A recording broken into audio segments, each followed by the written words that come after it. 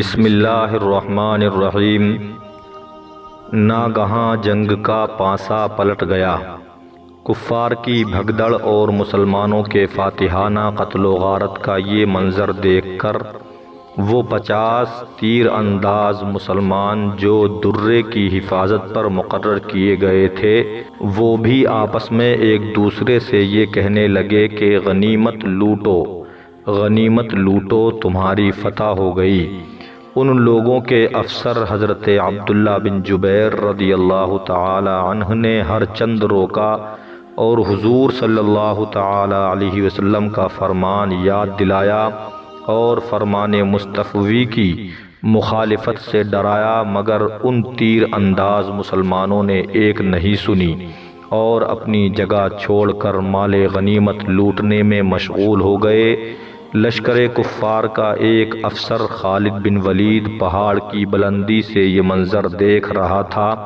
جب اس نے یہ دیکھا کہ درہ پہرے داروں سے خالی ہو گیا، فوراً ہی اس نے درے کے راستے سے فوج لا کر مسلمانوں کے پیچھے سے حملہ کر دیا۔ حضرت عبداللہ بن جبیر رضی اللہ تعالی عنہ نے چند جانبازوں کے ساتھ انتہائی دلیرانہ مقابلہ کیا، مگر یہ سب کے سب شہید ہو گئے۔ اب کیا تھا، کافروں کی فوج کے لیے راستہ صاف ہو گیا۔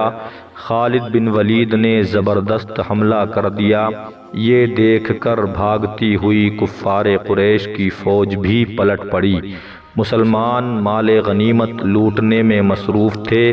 پیچھے پھر کر دیکھا تو تلواریں برس رہی تھیں اور کفار آگے پیچھے دونوں طرف سے مسلمانوں پر حملہ کر رہے تھے، اور مسلمانوں کا لشکر چکی کے دو پارٹوں میں دانے کی طرح پسنے لگا، اور مسلمانوں میں ایسی بدحواسی اور ابتری پھیل گئی کہ اپنے اور بیگانے کی تمیز نہیں رہی۔